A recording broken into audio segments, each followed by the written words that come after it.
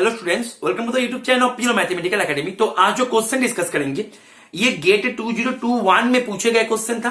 Question पूछा गया था कॉम्प्लेक्स एनालिसिस से। क्वेश्चन नंबर था 46 एंड क्वेश्चन की डिफिकल्टी लेवल की मैं यदि बात करूं तो मैं इसको 2 स्टार से रेटिंग करूंगा आउट ऑफ 5 स्टार। ठीक है, तो देखो, तो क्वेश्चन का सोल्यूशन पे जाने से पहले मैंने क्वेश्चन को ऑलरेडी जूम करके रखा है।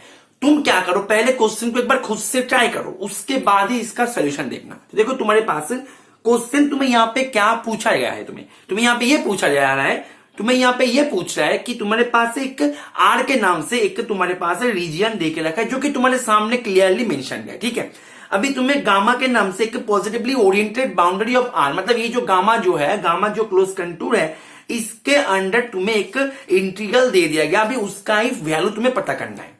ठीक है, बहुत ही सिंपल तरीके से क्वेश्चन को यहाँ पे फॉर्मेशन किया गया था। तुम्हारे पास रीजन आर भी है, गामा भी नोन है, अभी तुम्हारे पास इंटीग्रल जो है वो भी तुम्हारे सामने है, अभी उसका ही वैल्यू तुम्हें यहाँ पे पता करना है। बात को समझ में आ रहा है? अच्छा, तो इसको देखते ही तुम्हारे दिमाग में तुरंत क्या आएगा?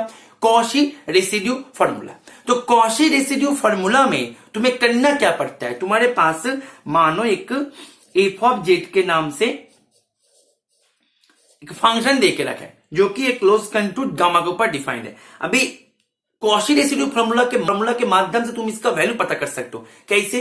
तुम्हारा फर्स्ट टास्क होगा, ये जो है एफ जो है इसका पहले सिंगुलरिटी को पहले तुम्हें यहां पे पॉइंट आउट करना। ठीक है, तो जो जगह पे इसका सिंगुलरिटी मिलेगा दिए गए डोमेन के अंदर, मतलब दिए गए जो क्लोज कंटूर है इसके अंदर, ठीक है, जो जगह पे इसका सिंगुलरिटी मिलेगा वो जगह पे तुम्हें इसका रेसिड्यू को पता करना है। ठीक है, यदि सिंगुलरिटी नहीं मिले तो बहुत ही अच्छी बात है, कॉशी फंडामेंटल थ्योरम से इसका आंसर हो जाएगा 0।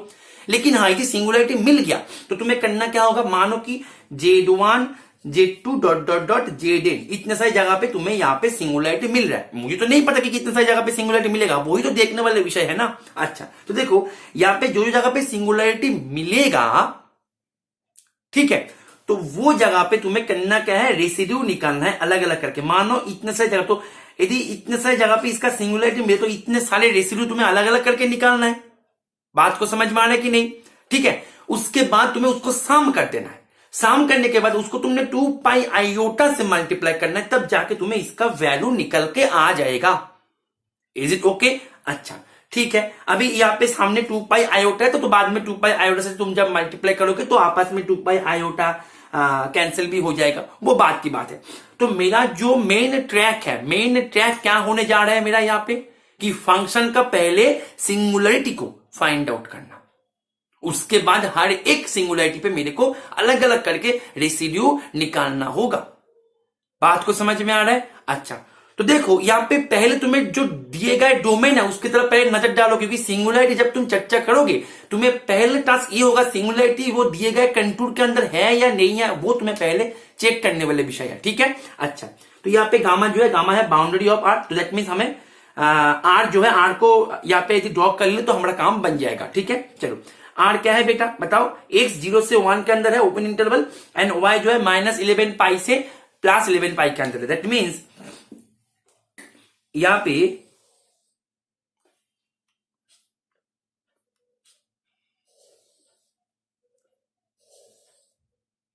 ठीक है, ये है 0 से 1 के अंदर है x, ठीक, एंड y है 11 पाई से -11 पाई, राइट।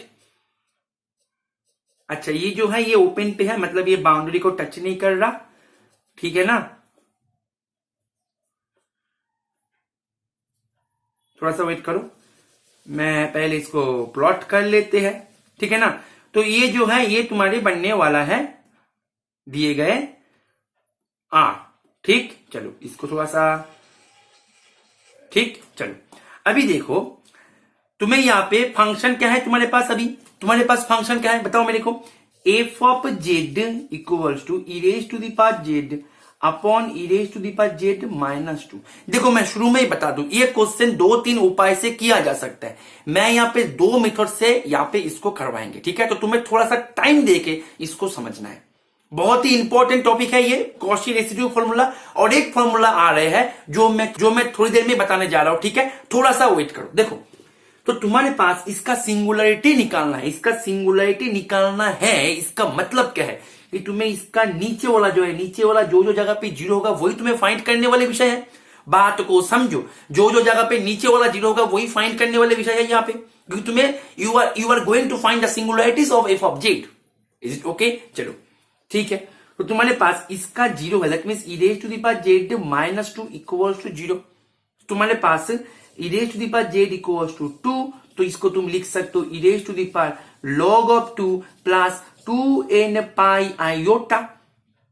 राइट, अभी देखो यहाँ पे ना तुम्हारे पास बहुत सारे सिंगुलरिटी मिल रहा है इसके अंदर, क्योंकि Z equals to log of 2 plus 2n pi iota. ठीक है, एन जो है एन बिलोंग करता है जेड के ऊपर। अभी हमें एक एक करके एन को बैठाना है और हमें चेक करना है कि वो उसके करस्पॉन्डिंग जो जेड मिलेगा क्या वो इसके अंदर है। तो तुम इसको थोड़ा बहुत कैलकुलेशन करने के बाद तुम्हें पता भी लग जाएगा। यहाँ पे ना मोर देन फोर यहाँ पे एग्जैक्ट मैं यहाँ पे अभी नहीं बताएंगे, कारण एक ही है, कारण तुम्हें बता देंगे बाद में जाके। मोर देन 4 तुम्हें यहाँ पे मिलने वाला है। तो जितने सारी जगह पे मिलेगा, ध्यान से समझना बेटा, जितने सारी जगह पे मिलेगा उतने सारे जगह पे तुम्हें इसका रेसिड्यू निकालना है। बाद में जाके उसको ऐड करना है, फिर उसको 2 पाई आयोटा से मल्टीप्लाई करना है। हालांकि यहाँ पे 2 पाई आयोटा से मल्टीप्लाई करने की जरूरत नहीं है, क्योंकि यहाँ पे 2 पाई आयोटा सामने 1/2 पाई आयोटा करके आ रहा है, यहाँ पे दे के रखे, तो वो आपस में कैंसिल हो जाएगा। तुम्हारा टास्क अभी होना चाहिए रेसिड्यू को अलग अलग करके अलग अलग पॉइंट पे निकाल के उसको साम करना। लेकिन इतने सारे रेसिड्यू पे तुम अलग अलग करके जब चेक करने जाओगे टाइम चला जाएगा, टाइम चला जाएगा। तो कॉशी रेसिड्यू फॉर्मूला से यहाँ पे हम नहीं करेंगे। तुम चाहो तो कर सकते हो। ये फॉर्मूला जो है, ये मेथड जो है, ये मेथड एकदम ऑथेंटिक मेथड है, बहुत ही अच्छा मेथड है। लेकिन ये मेथड थोड़ा सा टाइम तुम्हें एग्जाम में ले लेगा, इसीलिए मैं तुम्हें दूसरा मेथड से इसको करवाएंगे। ठीक है, देखो अभी दूसरा मेथड को मैंने पहले बता देते ना, तो तुम्हें एग्जैक्ट जगह पे ये पता नहीं चलता कि कौन से मेथड को हमारे कन्वीनियंस के अकॉर्डिंग कहां पे अप्लाई किया जाए। इसीलिए मैंने जो हार्ड वाला मेथड है उसको मैंने थोड़ा पहले बताया। अभी इजी वाला मेथड को देखो, ये मेथड से भी तुम कर सकते हो। ये मैं तुम्हारे लिए होमवर्क दे रहा हूं, तुम अलग अलग करके सिंगुलरिटी को निकाल के उसके अलग अलग करके रेसिड्यू को साम करके घर में करना। ठीक है, ये होमवर्क है। लेकिन एग्जाम में करे तो कैसे करे? एग्जाम में तुम्हारे पास देखो, तुम्हारे पास क्या देके रखा है बताओ मेरे को। तुम्हारे पास इंटीग्रल क्या देके रखे थे? 1/2 pi iota E raise to the power Z upon E raise to the power Z minus 2 dz, ये देके रखे थे। ठीक, इसके अंदर मतलब आज तुम्हारे पास जो है उसका बाउंड्री को ही इसने कंट्रोल बना दिया। ठीक है, कोई दिक्कत नहीं। तो इसको देख के तुम्हारे दिमाग में जैसे कॉशी रेसिड्यू फॉर्मूला आते हैं, साथ में एक और फॉर्मूला दिमाग में काउंटर करना चाहिए, वो है argument principle. I repeat, argument principle. Argument principle तुम्हें यह बताते हैं कि तुम्हारे पास मान लो एक मेरोमॉर्फिक फंक्शन है जी ऑफ जेड के नाम से, एक मेरोमॉर्फिक फंक्शन है, सिंपल कनेक्टेड डोमेन मानो गामा ही है। ठीक है, एक मेरोमॉर्फिक फंक्शन है। तो 1/2 पाई आयोटा, मैं एग्जैक्ट थ्योरम का जो स्टेटमेंट है मैं यहाँ पे वो नहीं नोट करवा रहा है, मैं तुम्हें एक क्विक रिकॉल करवा रहा है। ठीक है, देखो 1/2 पाई आयोटा ये कंटूर के अंदर g dash z upon g of z dz, ये हो जाएगा number of zeros of that function g minus number of poles of that function g।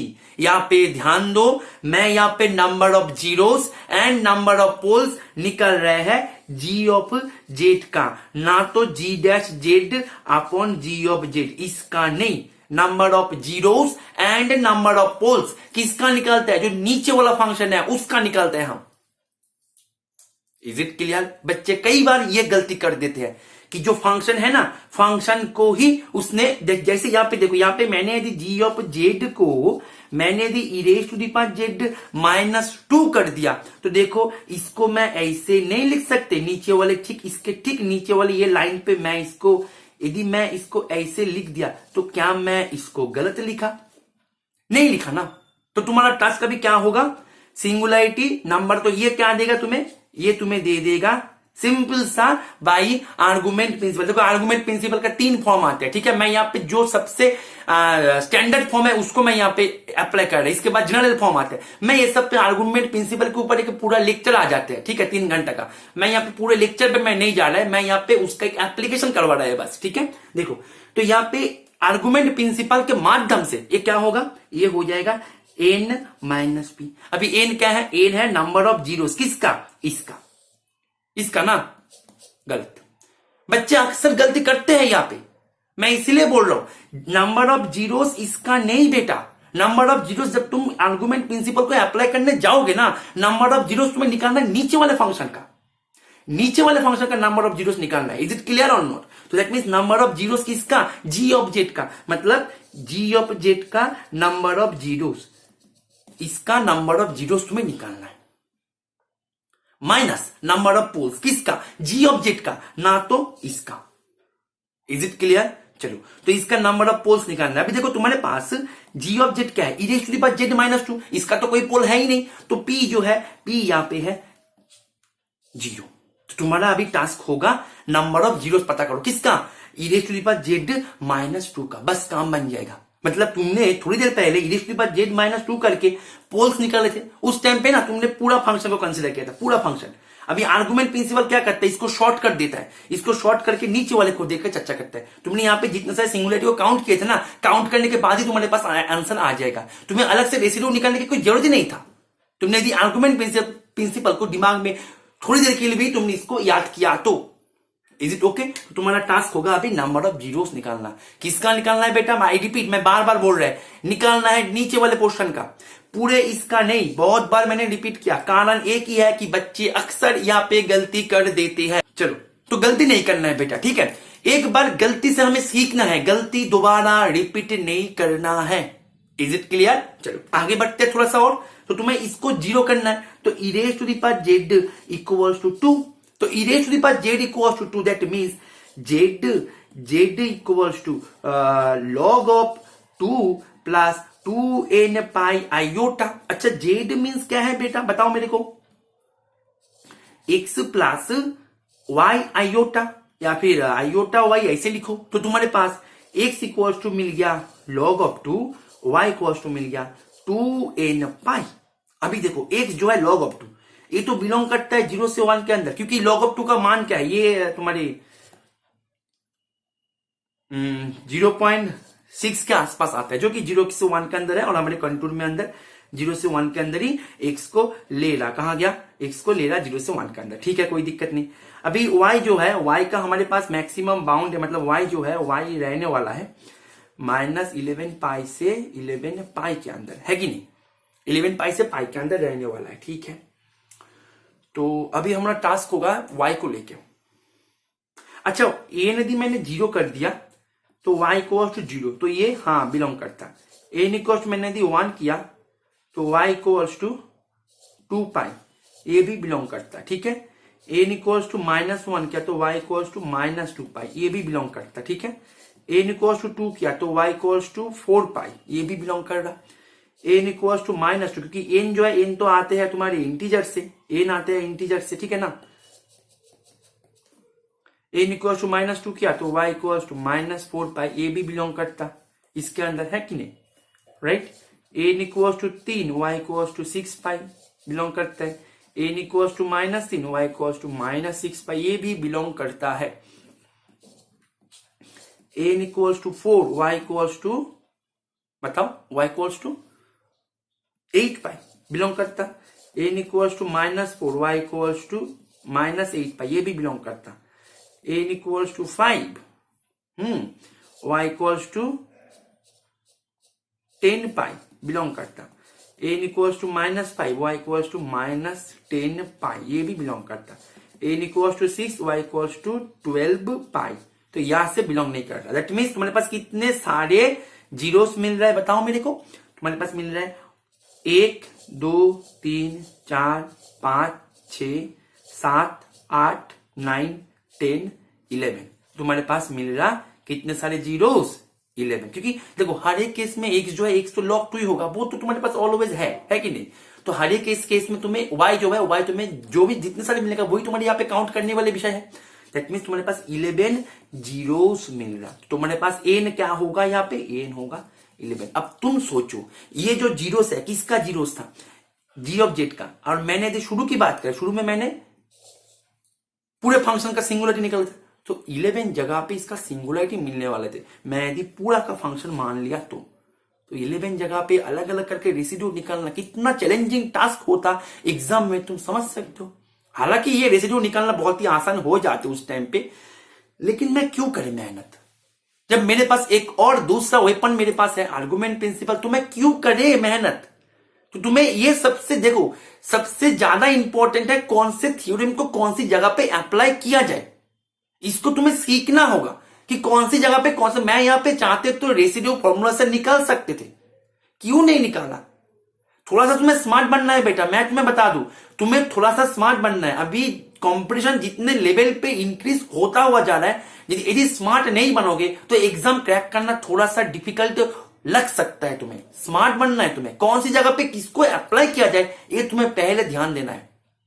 मेहनत तुम्हें देखो, मिनिमम तुम्हारे पास जो भी इंफॉर्मेशन है उनको मैक्सिमम यूटिलाइज करो, उनसे मैक्सिमम आउटपुट निकालने की कोशिश करो, ठीक है।